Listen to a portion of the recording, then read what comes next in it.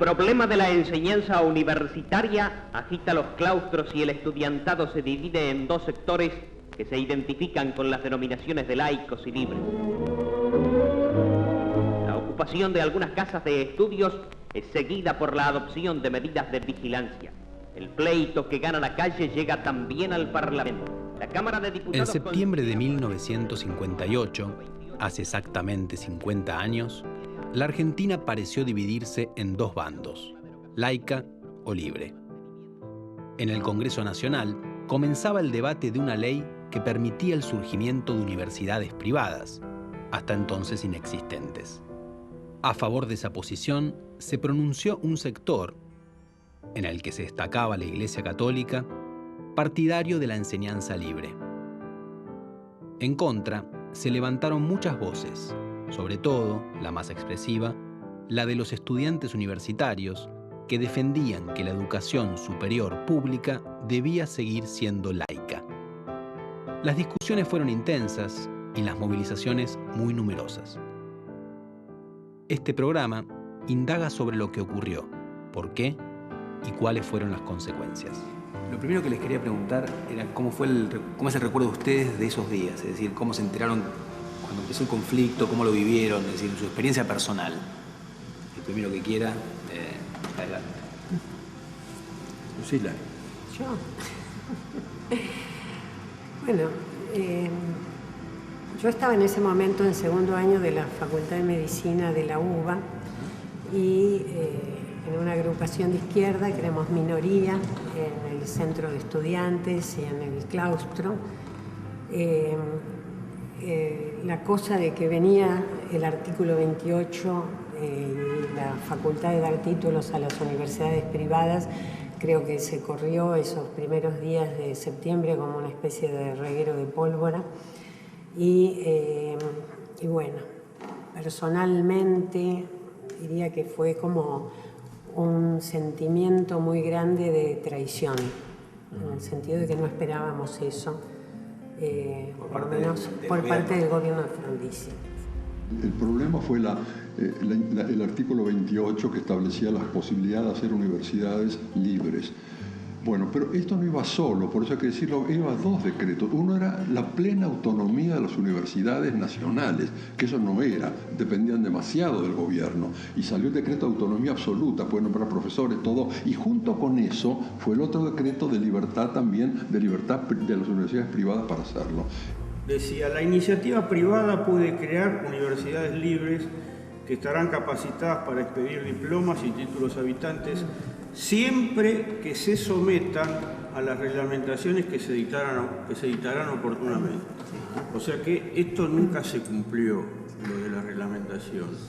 De manera tal que hasta la aparición de la ley que deroga esto y establece una normativa en su reemplazo que reconoce las universidades privadas, se puede decir que el decreto era prácticamente inaplicable porque no existían las reglamentaciones. Claro. Sí. Ya había un viejo cuestionamiento a la creación de universidades privadas que viene de fines del siglo XIX. Hay un intento de crear una universidad que fue la católica, que se creó y funcionó entre 1910 y 1920. Pero cuando esta universidad pidió el reconocimiento de los títulos, le fue denegado. Y ahí, decisión discutible, los obispos, en vez de perseverar, decidieron cerrar la universidad. Las primeras universidades fundadas en América, durante la dominación española, estuvieron a cargo de órdenes religiosas. En el año 1613, la Congregación de los Jesuitas funda la Universidad de Córdoba. Hasta la Revolución de Mayo, esta universidad fue la única casa de estudios superiores en el Río de la Plata. Con la aparición de los primeros gobiernos autónomos, el Estado fue tomando a su cargo los establecimientos educativos. A partir de entonces, la suerte de la educación superior estuvo ligada a la del Estado que se estaba construyendo. En 1820, lo que hoy es nuestro país, entra en un período de guerras civiles y conflictos entre las distintas provincias. El poder central se disuelve. La Universidad de Córdoba pasa a manos del gobierno provincial y en 1821 Buenos Aires crea su propia universidad. Por esos años, los gastos militares que ocasionan las permanentes guerras provinciales reducen el dinero destinado a la educación. Muchas instituciones vuelven a manos de las órdenes religiosas o pasan a depender del aporte económico de sus estudiantes. Durante la segunda mitad del siglo XIX, el Estado Nacional se va consolidando. Conforme lo va haciendo, toma a su cargo la promoción y el sostén de los distintos niveles educativos. Se nacionaliza la Universidad de Córdoba, se fundan colegios nacionales en distintas provincias destinados a la formación de futuros funcionarios estatales y a la preparación para los estudios universitarios. En 1869, Domingo Faustino Sarmiento funda la primera Escuela Normal de Maestras en la ciudad de Paraná. Finalmente, en 1884, la Ley 1420 establece la obligatoriedad de la educación primaria e incorpora el laicismo como una característica fundamental de la educación pública. La idea de la laicidad de la educación es un fenómeno que atraviesa todo el siglo XIX con la consolidación del Estado Nacional como un espacio liberal y más abierto y cosmopolita, sobre todo pensando que las identidades nuevas de postindependentistas pensaban en algún lado la idea de la religión como asociado a la colonia, al atraso y a lo que había que dejar atrás. Pero en realidad habría que aclarar una cosa antes, que el laicismo escolar es un poco mítico en la Argentina por un par de motivos. En primer lugar, porque ninguna ley de educación habla de laicidad. La ley 1420, en su artículo 8º, que fue el gran artículo discutido en las cámaras en 1884, se refiere a, debería llamarse técnicamente, correctamente, la escuela argentina es no confesional. Digamos que el país quedó dividido a nivel nacional o en ciertas provincias, generalmente del litoral, triunfó la posición laica, y en las provincias del interior triunfó la posición donde la enseñanza religiosa estaba incluida en la escuela pública. Este equilibrio comenzó a romperse en la década del 30. Y dentro del Estado Nacional comenzó un discurso favorable a volver a establecer la enseñanza religiosa en la escuela pública. Esto se va a lograr en la década del 40, el 31 de diciembre de 1943, tal vez de los últimos decretos del año seguramente, fue vuelta a establecer la enseñanza, fue derogado el artículo 8º de la ley 1420, de forma tal que de 1943 hasta 1954, esto es, en los gobiernos de facto que presidieron al peronismo, en la primera presidencia de Perón y en buena parte de la segunda, la enseñanza religiosa volvió a ser obligatoria en la escuela pública. ¿Cómo fue la manifestación del 19 de septiembre acá en Buenos Aires? ¿Qué recuerdan de eso? Esa fue la más grande, ¿no? La más grande del país, sí. Yo recuerdo que estábamos cerca de la Plaza de Mayo, era como un continuo, porque no terminaba nunca. Iba al Congreso. Después iba al Congreso, pero era como que se confluía desde distintos lugares. Nosotros salíamos de la Facultad de Medicina y era una marea humana. Era interesante. Íbamos a la Plaza de Mayo, nos dividíamos la plaza en dos y no nos peleábamos. No había ni muerte ni palazos, no. Cada uno gritaba. Y yo alguna vez acompañé a una delegación a la Casa de Gobierno para peticionar que se apurara la cosa. Porque, claro, la tensión subía debido a que se discutía mucho la ley Domingo-Orena, el proyecto Domingo-Orena, en la Cámara. A partir de la década de 1880, el Estado Central se fortalece. Se nacionaliza la Universidad de Buenos Aires y en 1885 se promulga la Ley Avellaneda, que da el primer marco legal a las casas de estudios superiores. De acuerdo con esta norma, los profesores son designados por el presidente de la Nación, a partir de ternas elevadas por la universidad. No obstante, se creaba una esfera de autonomía al dejar la elección del rector en manos de las facultades. En los años siguientes, comienzan a surgir disputas en torno de la participación de profesores, estudiantes y graduados en el gobierno universitario. En 1903 se desata una oleada de huelgas estudiantiles en Buenos Aires, a la que se suman algunos profesores reclamando mayor participación en la conducción de la universidad. El conflicto se resuelve hacia 1906, con la aprobación de un nuevo reglamento que aumenta la representación de los docentes en los consejos directivos y les da mayor poder de decisión. favoreciendo la introducción de algunas reformas en la enseñanza. En medio del conflicto, y por iniciativa del ministro de Instrucción Pública de Roca, Joaquín B. González, se inaugura la Universidad Nacional de La Plata. La nueva institución es dotada de un reglamento a tono con varios de los reclamos de modernización de la enseñanza. Promueve la renovación de contenidos en las disciplinas tradicionales y pone mayor énfasis en el estudio de las ciencias exactas y naturales. Entretanto, la Universidad de Córdoba continúa bajo la hegemonía de los sectores católicos tradicionales, de gran peso en la sociedad y la política de la provincia. Tras la llegada del radicalismo al gobierno nacional en 1916, Córdoba se convierte en el escenario de un movimiento que tendrá larga influencia, tanto en las universidades argentinas como en las de América Latina, la reforma universitaria. ¿Por qué la reforma se inició en Córdoba? Bueno, básicamente porque la Universidad de Córdoba había mostrado a lo largo de los últimos años del siglo XIX y los primeros años del siglo XX una notable resistencia a los cambios, a las transformaciones, a modificarse internamente. En ese sentido tenía, que conserva una diferencia muy clara con el caso porteño. Y ahí hay una cuestión que yo creo importante a tener en cuenta. Como Córdoba no había experimentado las transformaciones estatutarias que se habían producido en Buenos Aires en 1906, las facultades de la Universidad de Córdoba estaban gobernadas por academias vitalicias, integradas por personas que tenían una vinculación, en muchos casos periférica, con la vida universitaria. Y en consecuencia el reclamo de los estudiantes era la transformación de ese régimen de gobierno, de esas estructuras de gobierno, para poder así avanzar en los cambios que requería la organización académica y la organización en general de los estudios dentro de la universidad. ¿Hubo una reacción más contra la idea de universidades privadas o algo en contra del papel que jugó la Iglesia dentro de ese conflicto? O sea, es decir, es una cuestión más bien... ¿Entienden dónde va la pregunta? Yo creo que el momento que yo intervine era una cosa totalmente anticatólica o procatólica, ¿no? Todavía los protestantes no habían entrado en esa época, ni los judíos tampoco entraron, un poco después. En ese momento se planteó horriblemente y desagradablemente y sin ninguna necesidad, era un problema entre católicos y anticatólicos. Pero ustedes, ¿qué era lo que más les preocupaba en ese momento? ¿Era una cuestión más antiprivatista, por decirlo de una manera, o un miedo al peso que podía obtener la Iglesia en la educación superior? En ese momento, en el momento del acto, era lo que dice Derich. En la cuestión de la Iglesia.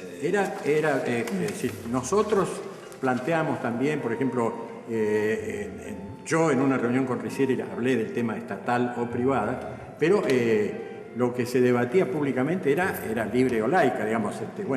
La hicimos querer imponer a la gente una cosmovisión secular, eliminando todas las religiones como si no existieran directamente. Un sistema francés que viene de hace años, de la Revolución Francesa, pero en los países civilizados no existe eso.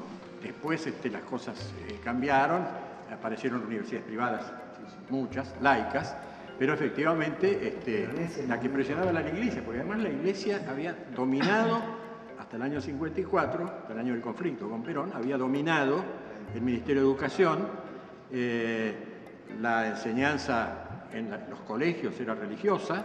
Pero digo que había una manía así que el Estado tiene el derecho de imponer sus convicciones a la gente mediante la educación. Es decir, como si el chico fuera una especie de cosa que sacudirle y meterle por la cabeza cosas directamente, ¿no? Bueno, y no es así. Le hicimos una convicción, como es una convicción el judaísmo o el maometismo o el catolicismo, y no se puede imponer a una sociedad democrática, no se puede imponer estas cosas. Lo están diciendo 40 autores ahora, filósofos de todo el mundo, de todas las orientaciones. No es democrático eso.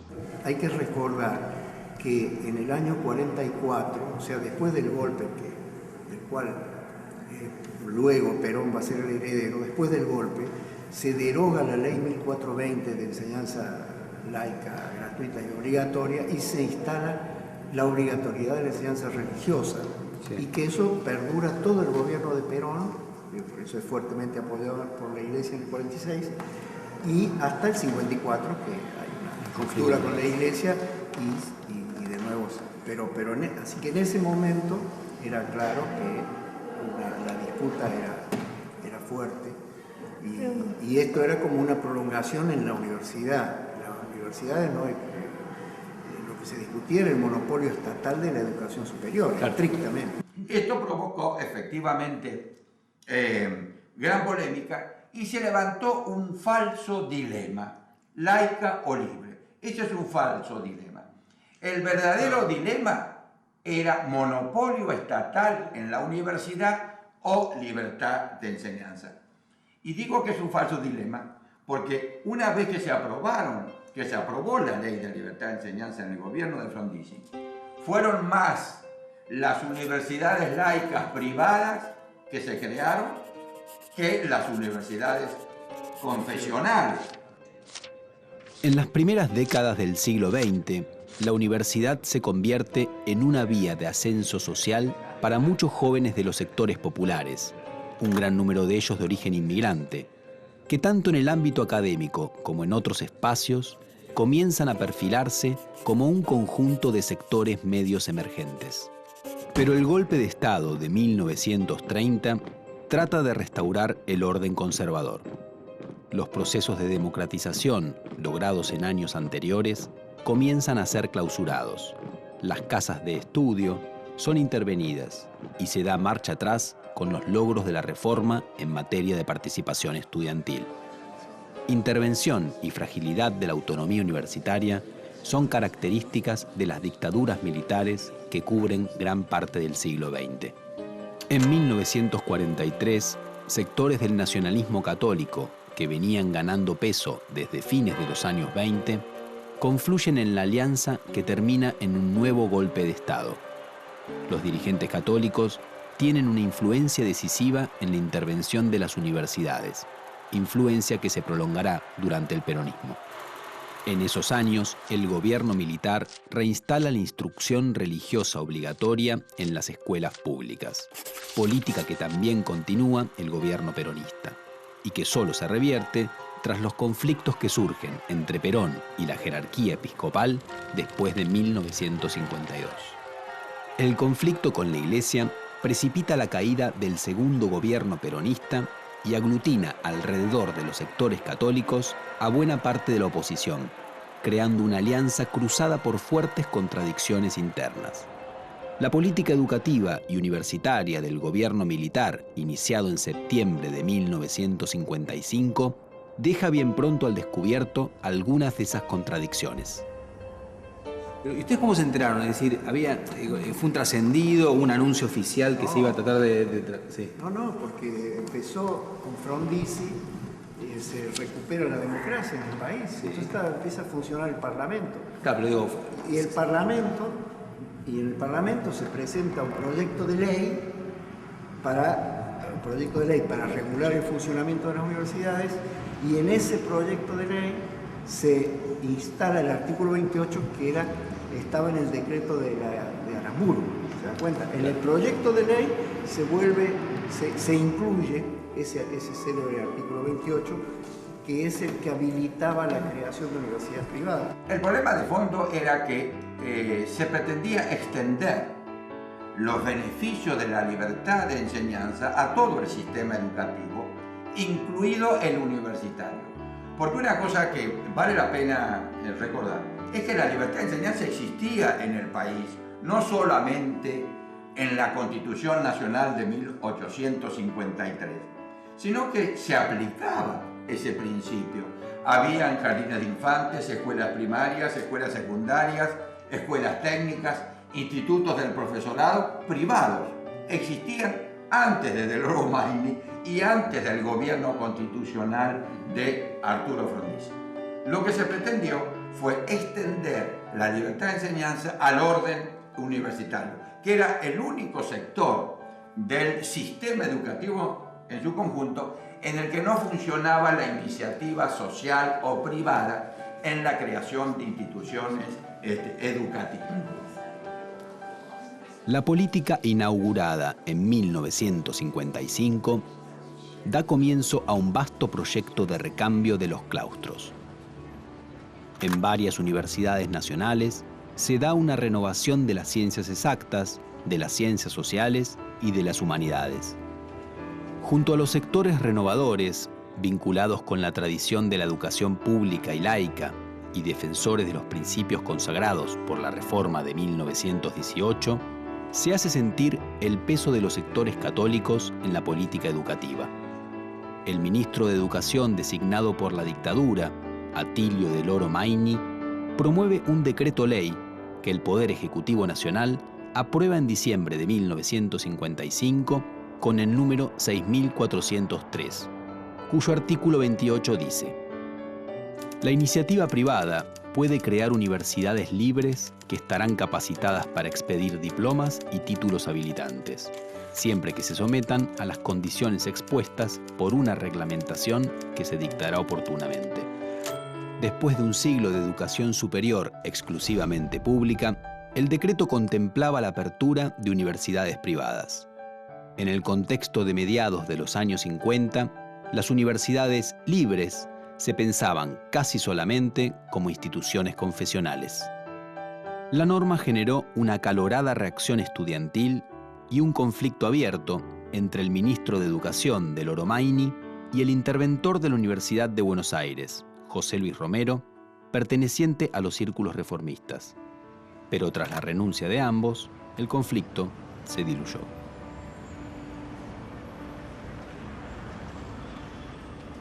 El gran conflicto tiene lugar en el año 1958 y uno puede reconocer ahí dos frentes. Por un lado el frente reformista, el de la laica, que tenía dos alas. Un ala que podríamos llamar de izquierda liberal, que tenía cuya columna vertebral eran los socialistas y una parte de los radicales, los que entonces llamaban radicales del pueblo, y por el otro lado un ala colocada a la izquierda, más radical, pero no en el sentido asociado al Partido Radical, sino colocado en posiciones más radicales, radicalizadas, con un núcleo nacionalista que estaba hasta hacía muy poco tiempo, había apoyado a Arturo Frondizi, había sido importante en la movilización pro Frondizi entre el 57 y el 58, y los comunistas. Esos eran básicamente los dos componentes que integraban el frente de la reforma. Y del otro lado, la Iglesia tiene un papel muy importante y contribuye mucho a la movilización de los católicos, callejera, y no solo callejera, a través de declaraciones, manifiestos, etc. Yo, como dirigente de la enseñanza privada, me siento deudor de un homenaje que la enseñanza de gestión privada, como la señala ahora, la menciona la Ley Nacional de Educación, recientemente aprobada el año pasado, no le haya hecho a Frondizi el homenaje que se merecía. De alguna manera significa lo que significó Frondizi. Escribía una posición sobre el petróleo y después, siendo gobierno, hacía todo lo contrario. En 1958, bajo la presidencia de Arturo Frondizi, el controvertido artículo 28 se convirtió en el eje de un intenso debate a nivel nacional. Frente al proyecto oficialista de reglamentar la enseñanza libre en Buenos Aires, los defensores de la educación superior, pública y laica organizan varios actos. Entre fines de agosto y comienzos de septiembre, varias facultades son ocupadas y profesores y estudiantes se movilizan hacia el Congreso, donde se trataba la iniciativa. El 15 de septiembre, una manifestación organizada por los defensores de la educación libre, en su mayoría católicos, realiza su propia concentración frente al Parlamento y marcha hacia la Casa Rosada. El 19, los laicos organizan un nuevo acto frente al Congreso en reclamo de la derogación del artículo 28. La Cámara de Diputados otorga media sanción a la derogación de este artículo. Sin embargo, en el Senado, finalmente es reemplazado por el proyecto del diputado oficialista Horacio Domingorena, en el que se autorizaría a las universidades privadas a expedir títulos, mientras la habilitación profesional quedaría en manos del Estado. La solución de compromiso no satisface a los sectores laicos más activamente movilizados, que continúan desplegando una lucha contra las iniciativas privatistas. Pese a todo, a partir de los últimos meses de 1958, los debates en torno a la política petrolera de Frondizi, los conflictos sindicales y el inicio de la acción represiva enmarcada en el Plan Conintes reducen la movilización y relegan el conflicto universitario a un segundo plano. En la práctica se impone el proyecto oficial de favorecer la educación libre. De todos modos, durante esos años, las universidades públicas atraviesan un periodo de crecimiento y modernización sin precedentes. Es lógico, señor presidente, este estado del alma, esta convulsión espiritual. ¿Cómo no ha de serlo si esta noche estamos tratando un viejo problema que ha inquietado a muchas generaciones del país?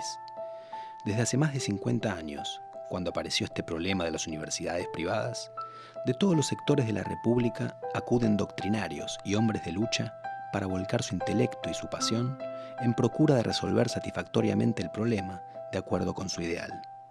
¿Cómo no ha de serlo si siempre que se pone en el tapete este candente problema empieza a escaparse de su órbita?